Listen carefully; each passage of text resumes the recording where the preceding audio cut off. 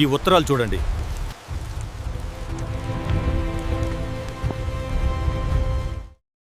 ఆ ముగ్గురి నోటి నుండి వస్తున్న నురగ చూసి అందరూ ఆత్మహత్యలు అనుకున్నారు.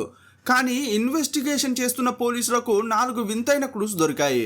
ఒకటి, చనిపోయే ముందు ఆ లేడీ ఎవరినో బాగా కొరికింది, అంటే హంతకుని ఒంటిపై బైట్ మార్క్స్ ఉండాలి.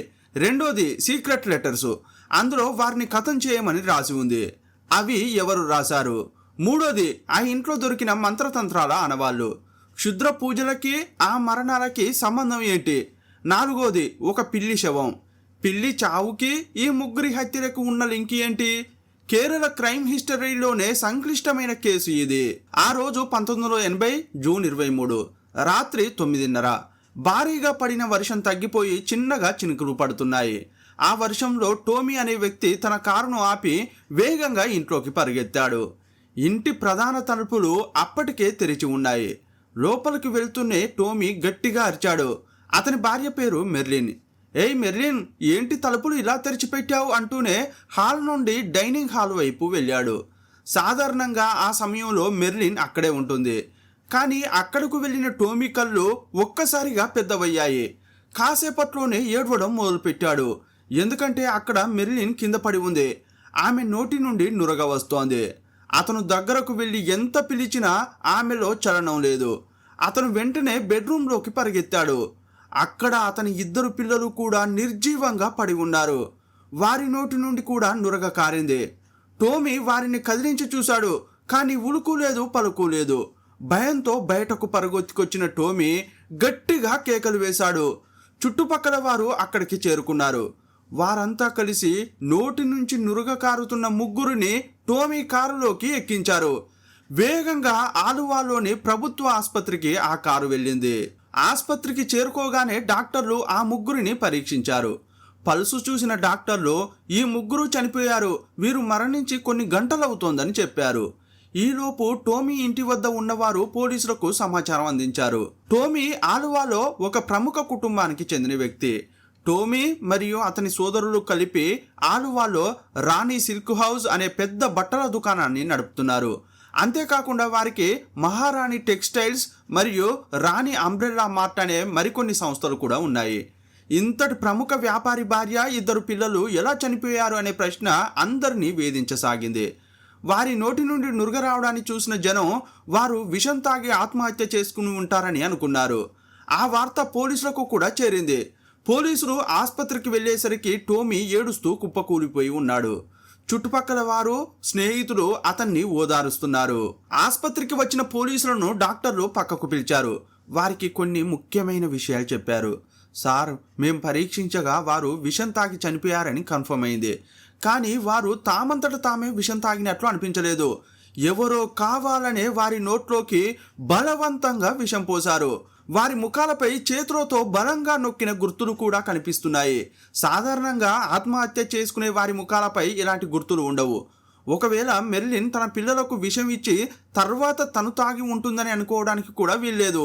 ఎందుకంటే మెర్లిన్ ముఖంపై కూడా ఎవరో బలంగా నొక్కిన గుర్తులు స్పష్టంగా కనిపిస్తున్నాయని డాక్టర్లు ప్రాథమికంగా కనిపెట్టిన విషయాలు చెప్పారు. యాక్చువల్గా ఇలాంటి కేసుల్లో భార్య చనిపోతే భర్త మీద, భర్త చనిపోతే భార్య మీద పోలీసులకు మొదటి అనుమానం కలుగుతుంది. పోలీసులకు టోమీ పైనే అనుమానం కలిగింది. కానీ టోమీ రాత్రి 9:30కు ఇంటికి వచ్చాడు. మరి ఈ ముగ్గురు సుమారు 7 గంటల ప్రాంతంలోనే మరణించినట్లు డాక్టర్లు చెబుతున్నారు.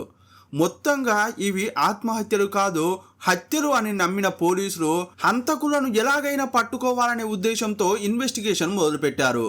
పోలీసులు టోమీ ఇంటికి వెళ్ళారు. అక్కడ జనం గుమికూడి ఉన్నారు. ఇంటి చుట్టూ రిబ్బన్ కట్టి క్రైమ్ సీన్ను ఎవరూ తాకకుండా భద్రపరిచారు. అప్పటికి రాత్రి 12 గంటలు దాటడంతో ఉదయాన్నే తనిఖీలు చేద్దామని 2 పోలీసులను కాపలా ఉంచి వెళ్ళిపోయారు.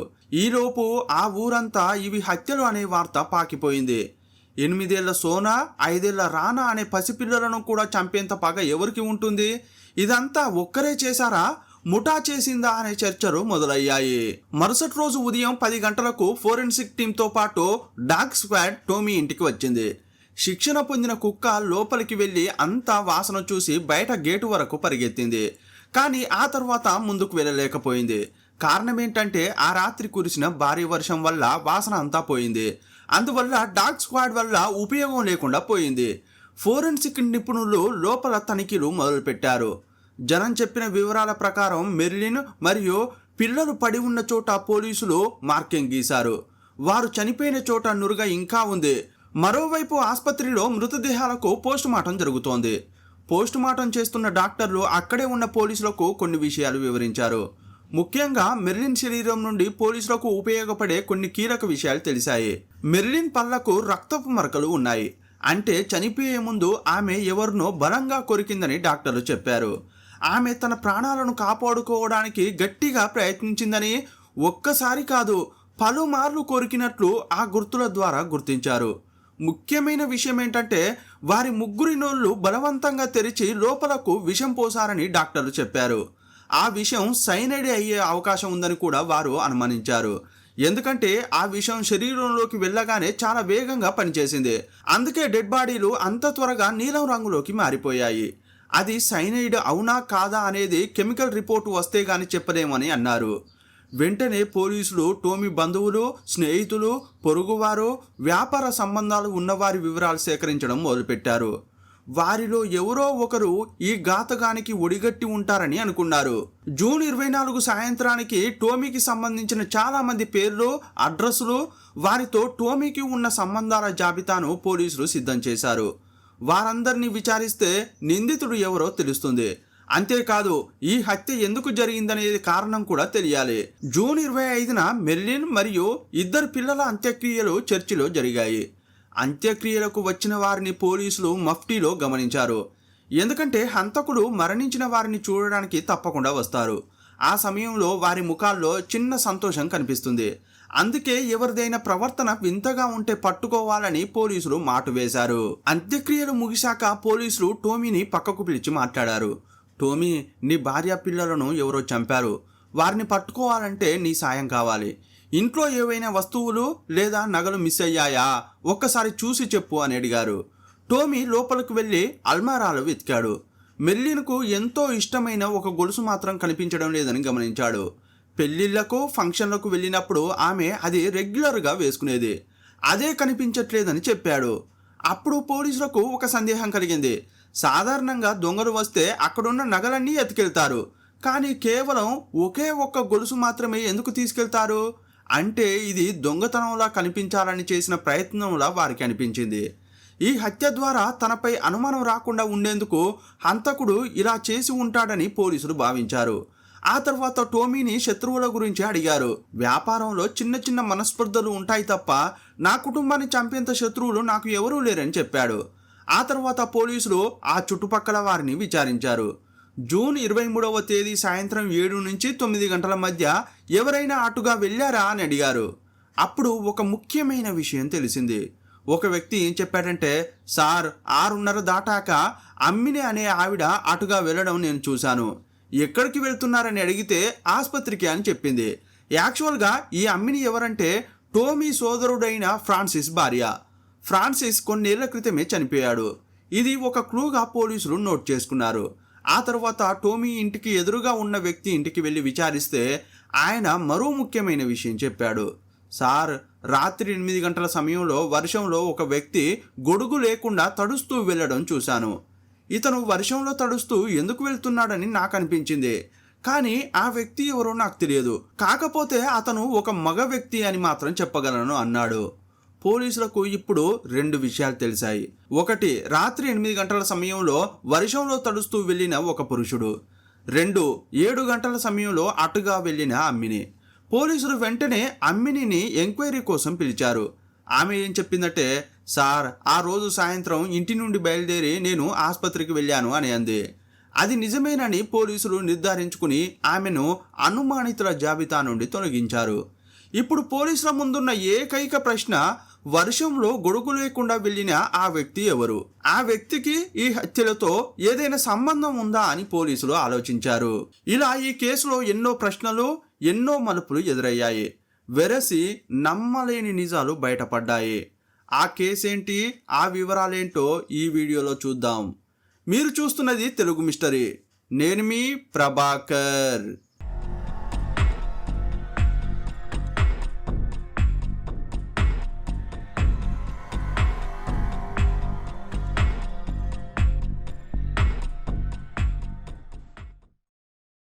పోలీసులు టోమీ బంధువులను ఒక్కొక్కరిగా విచారించడం మొదలుపెట్టారు. అలా విచారిస్తున్నప్పుడు పోలీసులు జోసెఫైన్ దగ్గరకు వెళ్ళారు. ఈ జోసెఫైన్ ఎవరో కాదు, టోమీ స్వయాన సోదరి.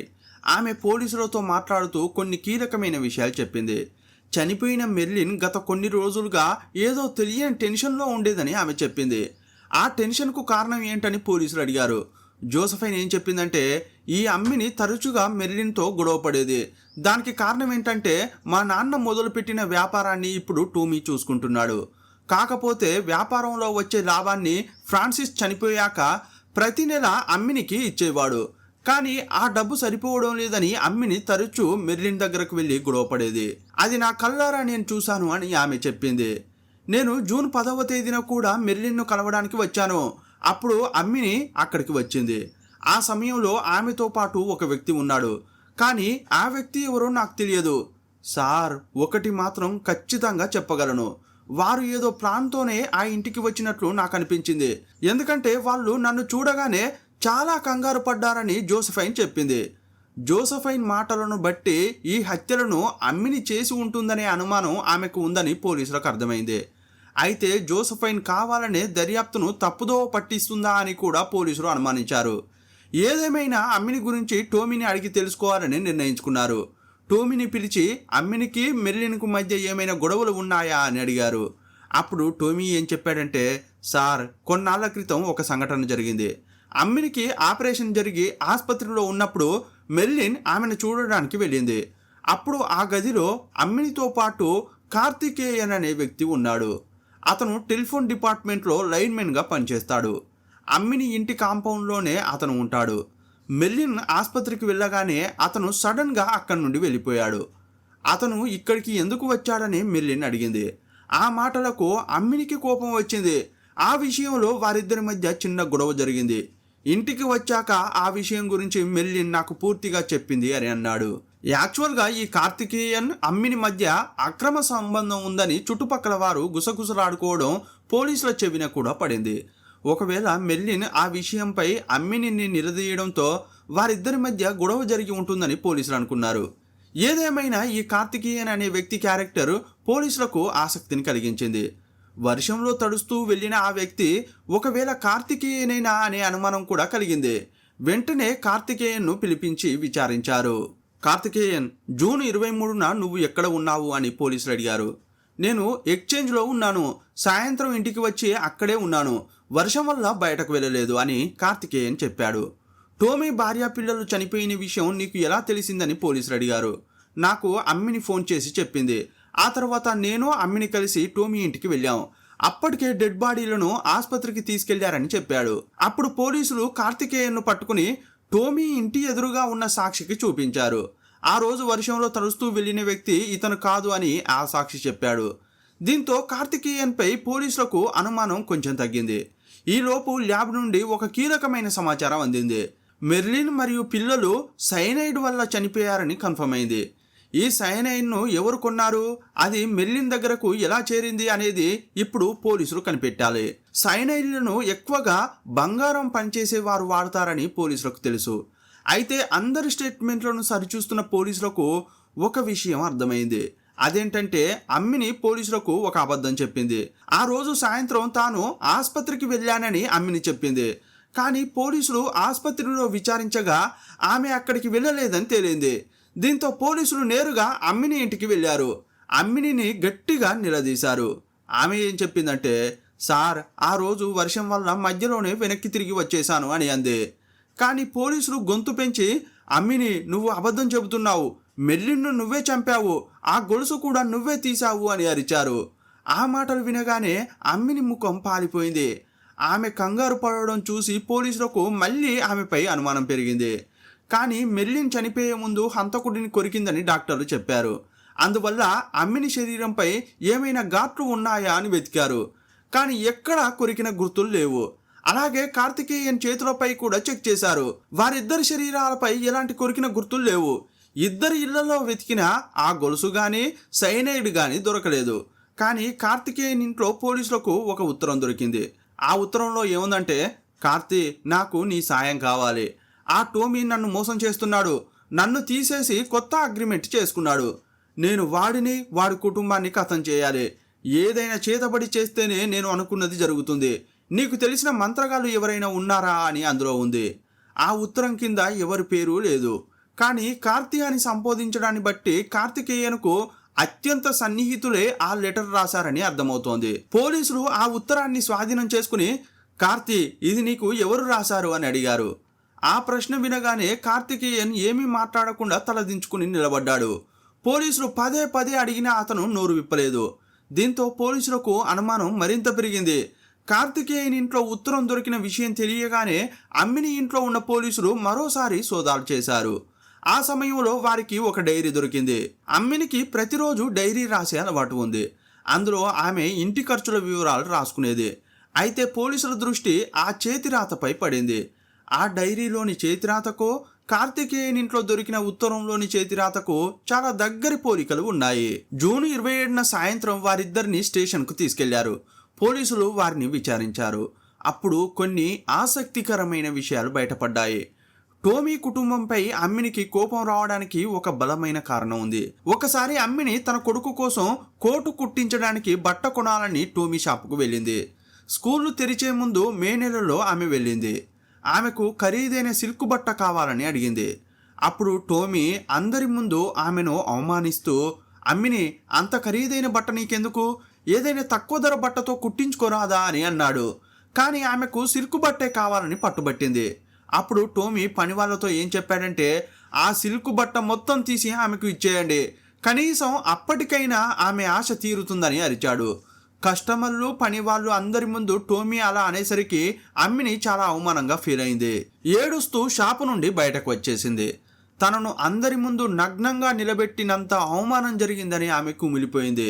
తన భర్త చనిపోయాక ఆదరించాల్సిన వారే ఇలా హేళన చేస్తున్నారని రగిలిపోయింది. టోమీకి తగిన బుద్ధి చెప్పాలని నిర్ణయించుకుంది. అప్పుడే ఆమెకు కార్తికేయన్ గుర్తుకు వచ్చాడు. కార్తికేయన్కు మంత్రగాళ్లతో పరిచయాలు ఉంటాయన్న ఉద్దేశంతో అతనికి ఉత్తరం రాసింది. టోమీ కుటుంబం సర్వనాశనం అవ్వాలని, వారు బిచ్చమెత్తుకునే స్థితికి రావాలని మంత్రతంత్రాలు చేయాలని కోరింది. ఆ తర్వాత అమ్మిని, కార్తికేయన్ ఇద్దరు మంత్రగాళ్లను కలిశారు. పోలీసులు ఆ మంత్రగాళ్లను కూడా స్టేషన్కు పిలిపించారు. వారు కూడా అదే మాట చెప్పారు. టోమీ వ్యాపారం దెబ్బతినాలని, అతని కుటుంబం నాశనం కావాలని అమ్మిని కొన్ని మంత్రించిన వస్తువులను తీసుకెళ్లి టోమీ ఇంటి చుట్టూ పాతిపెట్టిందని వారు సాక్ష్యం చెప్పారు. ఏదేమైనా అమ్మిని మంత్రతంత్రాల ద్వారా టోమీ కుటుంబాన్ని నాశనం చేయాలని ప్రయత్నించిందని పోలీసులకు అర్థమైంది. కానీ ఆ ప్రయత్నం ఫలించకపోయేసరికి ఆమె నేరుగా హత్యలకు పాల్పడిందా అనే సందేహం కలిగింది. అయితే ఆమె చేతులపై కొరికిన గుర్తులు లేకపోవడం, సైనైడ్ దొరకకపోవడం వల్ల పోలీసులు ఆమెను వెంటనే అరెస్ట్ చేయలేకపోయారు. జూన్ 28న పోలీసులు స్టేషన్లో కూర్చుని కేసు గురించి ఆలోచిస్తున్నారు. అదే సమయంలో టెలిఫోన్ డిపార్ట్మెంట్ నుండి ఒక వ్యక్తి వచ్చి కార్తికేయన్కు లీవ్ లెటర్ ఇవ్వడం గమనించారు. పోలీసులకు ఏదో అనుమానం వచ్చి వెంటనే కార్తికేయన్ను తీసుకుని అతను పనిచేసే టెలిఫోన్ ఆఫీస్కు వెళ్ళారు. కార్తికేయన్ అక్కడ లైన్మెన్. అతను కూర్చునే సీటు దగ్గర, బట్టలు, భోజనం పెట్టుకునే చోటు దగ్గర వెతికారు. ఒకవేళ కార్తికేయన్ ఏదైనా దాచిపెడితే అది ఆఫీసులోనే అయి ఉంటుందని వారు భావించారు. వారి నమ్మకం వృధా కాలేదు. అక్కడ ఒక చిన్న పెట్టెలో టోమీ భార్య మెర్లిన్కి చెందిన గొలుసు దొరికింది. దాన్ని కార్తికేయన్ అక్కడ రహస్యంగా దాచాడు. ఆ గొలుసు దొరకగానే కార్తికేయన్ ఆటలు ఆగిపోయాయి. సాక్షుల సమక్షంలో ఆ గొలుసును పోలీసులు స్వాధీనం చేసుకున్నారు. మెర్లిన్ మెడలో ఉండాల్సిన గొలుసు కార్తికేయన్ ఆఫీసులో ఉందంటే అతనే ఈ హత్యలు చేసి ఉంటాడని పోలీసులు అనుకున్నారు. కానీ పోలీసులకు మళ్ళీ ఒక సందేహం కలిగింది. అదేంటంటే కార్తికేయన్ చేతులపై కొరికిన గుర్తులు లేవు. ఎదురింటి సాక్షి చూసిన వ్యక్తి కూడా అతను కాదు. మరి ఈ హత్యలు ఎవరు చేసి ఉంటారని ఆలోచిస్తుంటే పోలీసుల బుర్రలు చాలా వేడెక్కుతున్నాయే తప్ప సరైన సమాధానం దొరకట్లేదు. పోలీసులు ఆ గొలుసును తీసుకుని టోమీ దగ్గరకు వెళ్ళారు. టోమీ దాన్ని చూడగానే తన భార్యదేనని గుర్తుపట్టాడు. కార్తికేయన్ దగ్గర ఆ గొలుసు దొరకడంతో అది తన దగ్గరకు ఎలా వచ్చిందో చెప్పాల్సిన పరిస్థితి ఏర్పడింది. చివరికి కార్తికేయన్ నోరు విప్పక తప్పలేదు. ఆ గొలుసు తనకు అమ్మిని ఇచ్చిందని ఒప్పుకున్నాడు. కానీ కార్తికేయన్ ఏం చెప్పాడంటే, హత్య జరిగిన మరుసటి రోజు అంటే జూన్ 24న అమ్మిని నాకు ఆ గొలుసు ఇచ్చిందని చెప్పాడు. దీన్ని బట్టి చూస్తే అమ్మిని అబద్ధం చెప్పిందని పోలీసులకు అర్థమైపోయింది. అప్పుడు వారు ఒక అంచనాకు వచ్చారు. హత్య తర్వాత ఆమె దగ్గర ఈ గొలుసు ఉంటే అంతా ఆమెనే అనుమానిస్తారు. అందువల్ల దాన్ని కార్తికేయన్కు దాచిపెట్టమనో అమ్మి పెట్టమనో ఇచ్చి ఉంటుంది. కార్తికేయన్ కూడా ఎవరూ వెతకని చోటు అంటే ఆఫీసే అని దాన్ని అక్కడ దాచిపెట్టాడు. అంతా సద్దుమనిగాక ఆ గొలుసును ఏదో ఒకటి చేయొచ్చని అనుకున్నాడు. కానీ టెలిఫోన్ ఆఫీసులోకి వచ్చి మరీ ఆ గొలుసును పట్టుకుంటారని అతను అస్సలు ఊహించలేదు. అమ్మినిని గొలుసు గురించి పోలీసులు నిలదీసేటప్పుడు ఆమె కూడా అచ్చం ఇలాగే చెప్పింది. అప్పుడు ఇన్వెస్టిగేషన్ ఆఫీసర్ అమ్మినిని ఒక విషయం అడిగాడు.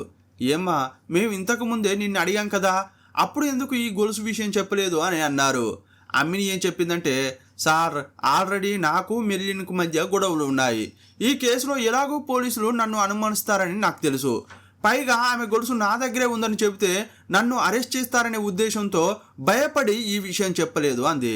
పోలీసులు ఈ కేసులో అమ్మిని, కార్తికేయన్ చుట్టూ తిరుగుతున్నారే తప్ప ముందుకు వెళ్ళలేకపోతున్నారు. కానీ ఈ కేసులో వీరికి సంబంధం ఉందనే అనుమానం మాత్రం పోలేదు. అప్పుడే పోలీసులకు ఒక విషయం గుర్తుకు వచ్చింది. హత్యలు జరిగిన రోజు సాయంత్రం ఆసుపత్రికి వెళ్తున్నానని చెప్పిన అమ్మిని వర్షం వల్ల తిరిగి వచ్చేశానని చెప్పింది కదా. అందువల్ల ఆమె ఇంటికి ఎప్పుడు వచ్చిందో తెలుసుకోవాలని పోలీసులు అనుకున్నారు. ఆమె ఇంటి చుట్టుపక్కల వారిని విచారించారు. అప్పుడు ఒక వ్యక్తి ఏం చెప్పాడంటే, సార్, ఆ రోజు రాత్రి దాదాపు 8:30 సమయంలో అమ్మిని ఇంటికి వెళ్ళడం నేను చూశాను అని అన్నాడు. అంటే 7 గంటలకు ఆసుపత్రికి అని వెళ్ళిన అమ్మిని 8:30కు ఇంటికి వచ్చింది.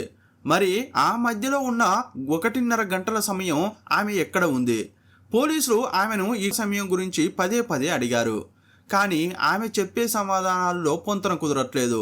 అప్పుడు వారి స్టైల్లో విచారణ చేస్తే అసలు విషయాలు బయటకు వచ్చాయి. పోలీసుల ట్రీట్మెంట్ తట్టుకోలేక ఈ నేరంలో నేను కూడా భాగస్వామినని అమ్మిని ఒప్పుకుంది. మంత్రతంత్రాలు పనిచేయకపోవడంతో టోమీ కుటుంబాన్ని ఎలాగైనా ఖతం చేయాలని ప్లాన్ చేస్తున్నప్పుడు ఆమెకు జోనీ అనే వ్యక్తితో పరిచయం ఏర్పడింది. ఒంటరి మహిళతో సాన్నిహిత్యం పెంచుకోవాలనుకునే జోనీకి అమ్మిని తన మనసులోని కోరికను చెప్పింది. అప్పుడు జోనీనే విషం ఇచ్చి టోమీ కుటుంబాన్ని చంపే ప్లాన్ చెప్పాడు. అంతేకాకుండా జోనీయే విషం కొని తెచ్చి అమ్మినికి ఇచ్చాడు. మే 29వ తేదీ సాయంత్రం జోనీ అమ్మిని కలిసి మెర్లిన్ ఇంటికి వెళ్ళారు. మెర్లిన్ను వంటగదిలోకి తీసుకెళ్లి అక్కడే ఆమె పని ముగించాలనేది వారి ప్లాన్. కానీ సరిగ్గా అదే సమయంలో టోమీ షాప్లో పనిచేసే ఒక వ్యక్తి తాళాలు, డబ్బులు ఇవ్వడానికి అక్కడికి వచ్చాడు. అతన్ని చూడగానే అమ్మిని, జోనీ ఆ రోజు తమ ప్లాన్ను విరమించుకున్నారు. అయితే తమ ఇద్దరి వల్ల ఈ పని కాదని భావించిన జోనీ తన స్నేహితుడైన థామస్ను కూడా ఈ కుట్రలో చేర్చుకున్నాడు. థామస్కు ₹1,00,000 ఇస్తామని ఒప్పందం చేసుకున్నారు. జూన్ 10వ తేదీన అమ్మిని, జోనీ, థామస్ ముగ్గురు కలిసి మెర్లిన్ ఇంటికి వెళ్ళారు. అమ్మిని ముందు వెళ్ళింది. ఆమెను చూడడానికి వచ్చినట్లుగా జోనీ, థామస్ వెళ్ళాలనేది వారి ప్లాన్. కానీ జోనీ లోపలికి వెళ్ళేసరికి అక్కడ మెర్లిన్తో పాటు టోమీ సోదరి జోసెఫైన్ కూడా ఉంది. అది చూసిన జోనీ బయట గేటు దగ్గర మాటు వేసిన థామస్కు అక్కడి నుండి వెళ్ళిపోమని సైగ చేశాడు. ఆ రోజు కూడా వారి ప్లాన్ ఫలించలేదు. 2 సార్లు ప్రయత్నించిన విఫలం కావడంతో అమ్మిని చాలా బాధపడింది. ఆ తర్వాత అమ్మిని, కార్తికేయన్, జోనీ, థామస్ నలుగురు కలిసి మరో ప్లాన్ వేశారు. అప్పుడే కార్తికేయన్ సైనైడ్ వాడదామని సలహా ఇచ్చాడు.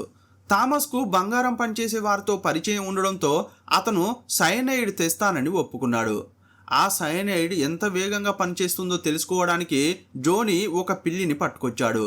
ఆ పిల్లికి కొంచెం సైనైడ్ ఇవ్వగానే అది వెంటనే చనిపోయింది. దాన్ని అమ్మిని పెరట్లోనే గొయ్యి తీసి పూడ్చిపెట్టింది. పిల్లి చనిపోవడం చూసి వారి ప్లాన్ ఖచ్చితంగా సక్సెస్ అవుతుందని వారికి నమ్మకం కలిగింది. టోమీ కుటుంబాన్ని ఖతం చేస్తే ఆస్తిలో ఎక్కువ భాగం తనకే వస్తుందని అమ్మిని లెక్కలు వేసుకుంది. కార్తికేయన్, జోనీ, థామస్లకు కూడా కొంత వాటా ఇస్తానని చెప్పింది. జూన్ 23వ తేదీ సాయంత్రం 6:45 మెర్లిన్ ఇంటికి అమ్మిని వెళ్ళింది. అప్పుడు భారీ వర్షం కురుస్తోంది. అమ్మినిని చూడడానికి వచ్చినట్లుగా జోనీ, థామస్ కూడా అక్కడికి వెళ్ళారు. మెర్లిన్కు అంతకుముందే జోనీ తెలుసు కాబట్టి ఆమె ఏమీ అనుమానించలేదు. వర్షం బాగా పడుతుండడంతో జోనీ తాగడానికి నీళ్లు అడిగాడు. మెర్లిన్ నీళ్లు తేవడానికి వంటగదిలోకి వెళ్ళగానే జోనీ, థామస్ ఆమె వెనకాలే వెళ్ళారు. మెర్లిన్ గ్లాసుతో వెనక్కి తిరిగేసరికి జోనీ ఆ గ్లాసును పట్టుకున్నాడు. థామస్ ఆమెను కదలకుండా పట్టుకున్నాడు. ఆమె అరవకుండా జోనీ నోరు మూయడానికి ప్రయత్నించాడు. అప్పుడు జోనీ యొక్క చేతిని మెర్లిన్ బలంగా కొరికింది. జోనీ, థామస్ అనే రాక్షసులు మెర్లిన్ను బలంగా అదిమిపట్టి వారు తెచ్చిన సైనైడ్ను ఆమె నోట్లో పోశారు. సైనైడ్ నోట్లోకి వెళ్ళిన కొద్ది సెకండ్లలోనే మెర్లిన్ చనిపోయింది. ఆ సమయంలో పిల్లలు పక్క గదిలో ఉన్నారు. వారు అటాక్ జరుగుతున్న వైపు రాకుండా అమ్మిని వారి దగ్గర కూర్చుని కబుర్లు చెబుతూ గది తలుపులు దగ్గరగా వేసింది. బయట వర్షం కురుస్తున్న శబ్దం వల్ల వంటగదిలో జరిగిన గొడవ పిల్లలకు వినిపించలేదు. తమ పిన్నితో పిల్లలు సంతోషంగా మాట్లాడుతుండగా జోనీ ఆ గదిలోకి వచ్చాడు. అమ్మిని జోనీ కలిసి బలవంతంగా పిల్లలకు సైనైడ్ తాగించారు. వారు చనిపోయారని నిర్ధారించుకున్నాక అమ్మిని అల్మారా తెరిచి ఒక గొలుసును మాత్రమే తీసుకుంది. రాత్రి 9:30కు టోమీ ఇంటికి వస్తాడని, అతను రాగానే అతన్ని కూడా కథం చేయాలని వారు ఇంట్లోనే మాటు వేశారు. కానీ జోనీ చేతిని మెర్లిన్ గట్టిగా కొరకడంతో బాగా రక్తం కారుతోంది. ఆ నొప్పిని భరించలేక అక్కడ ఉండలేనని జోనీ చెప్పాడు. అందువల్ల వేలిముద్రలు మరకలను తుడిచేసి అమ్మిని, జోనీ, థామస్ ముగ్గురు వేగంగా ఆ ఇంటి నుండి బయటపడ్డారు. అమ్మిని నేరాన్ని ఒప్పుకోవడంతో జూన్ 29న పోలీసులు ఆమెను, కార్తికేయన్ను అరెస్ట్ చేశారు. వారం రోజుల తర్వాత పరారీలో ఉన్న జోనీ, థామస్లను కూడా పట్టుకున్నారు. థామస్ ఆ సైనైడ్ను ఒక హార్లిక్స్ బాటిల్లో పోసి దాచిపెట్టాడు. పోలీసులు ఈ కేసుకు సంబంధించిన ఆధారాలు కనిపెట్టి కోర్టుకు వెళ్లారు. ఈ కేసు విచారణ పెరంబావూర్ సెషన్స్ కోర్టులో మొదలైంది. అయితే ఈ విచారణ పూర్తయ్యాక కోర్టు అమ్మినిని, మిగతా వారిని నిర్దోషులుగా విడుదల చేస్తూ తీర్పునిచ్చింది. సాక్షులు, ఆధారాలు ఉన్నప్పటికీ అమ్మిని ముఠ ఈ హత్య చేసిందని నిరూపించడానికి అవి సరిపోవని జడ్జి అభిప్రాయపడ్డారు. జడ్జి కొన్ని కారణాలు చెబుతూ వారిని విడుదల చేశారు. అప్పుడు ప్రభుత్వం హైకోర్టులో అప్పీల్ చేసింది. సెషన్స్ కోర్టు తీర్పును హైకోర్టు అధ్యయనం చేసింది. ప్రభుత్వం, ప్రతివాదుల తరపు లాయర్ల మధ్య కోర్టులో పెద్ద యుద్ధమే జరిగింది. చివరకు 1987 ఆగస్టులో హైకోర్టు తీర్పును ప్రకటించింది. సెషన్స్ కోర్టు జడ్జి ముందున్న సైనైడ్ ఒక హార్లిక్స్ డబ్బాలో ఉంది. అది పోలీసులు పెట్టిందే తప్ప సాక్ష్యం కాదని సెషన్స్ జడ్జి కొట్టిపారేశారు. కానీ హైకోర్టు దాన్ని తప్పుపట్టింది. పోలీసులు ఏ వస్తువునైనా ఏదైనా ఒక డబ్బాలో పెట్టి సీల్ చేసి ఫోరెన్సిక్ పరీక్షకు పంపే అధికారం ఉందని, కేవలం హార్లిక్స్ డబ్బాలో ఉందన్న కారణంతో సాక్ష్యాన్ని తోసిపుచ్చడం కరెక్ట్ కాదని హైకోర్టు వ్యాఖ్యానించింది. ఇక రెండోది ఏంటంటే ఆ బంగారు గొలుసు గురించి. కార్తికేయన్ ఆఫీసులో దొరికిన ఆ గొలుసును పోలీసులు అక్కడ తెచ్చి పెట్టారని సాక్షులు చెప్పారు. కానీ విచారణలో ఆ సాక్షులు అబద్ధం చెబుతున్నారని హైకోర్టు గుర్తించింది. మూడోది చేతిరాత గురించి. సెషన్స్ జడ్జి చేతిరాతను పెద్దగా పట్టించుకోలేదు. కానీ హైకోర్టు అమ్మినితో స్వయంగా రాయించి అది ఆమె రాతేనని నిర్ధారించుకుంది. నాలుగోది ఆ మంత్రగాళ్ళ సాక్ష్యం. అమ్మిని తమను కలిసి మంత్రతంత్రాలు చేయమని అడిగిందని వారు హైకోర్టులో కూడా చెప్పారు. సెషన్స్ జడ్జి ఆ సాక్ష్యాన్ని తోసిపుచ్చినా హైకోర్టు మాత్రం దాన్ని పరిగణలోకి తీసుకుంది. ఐదోది తాళాలు ఇవ్వడానికి వచ్చిన వ్యక్తి సాక్ష్యం. అతని సాక్ష్యం అబద్ధమని సెషన్స్ కోర్టు అంటే అది నిజమని హైకోర్టు తేల్చింది. ఆరోది జూన్ 10న అమ్మినిని, జోనీని మెర్లిని ఇంట్లో చూశానని జోసఫైన్ చెప్పిన సాక్ష్యం కూడా నిజమని హైకోర్టు నమ్మింది. ఇలా సెషన్స్ కోర్టు విడుదల చేయడానికి చెప్పిన ప్రతి కారణాన్ని హైకోర్టు తప్పుపట్టింది. చివరకు నిందితులందరికీ జీవిత ఖైదు విధించింది. అమ్మినికి భర్త లేడని, పిల్లలు మాత్రమే ఉన్నారని కనికరించి మరణశిక్ష వేయకుండా జీవిత ఖైదు ఇచ్చింది. అమ్మిని చివరకు అలా జైలుకు వెళ్ళింది. జైలులో ఉండగా ఆమెకు పరోల్ లభించింది. కానీ అమ్మిని పరోల్పై ఇంటికి వచ్చి ఎవరూ లేని సమయంలో ఒంటికి నిప్పంటించుకుని తన జీవితాన్ని తానే ముగించుకుంది.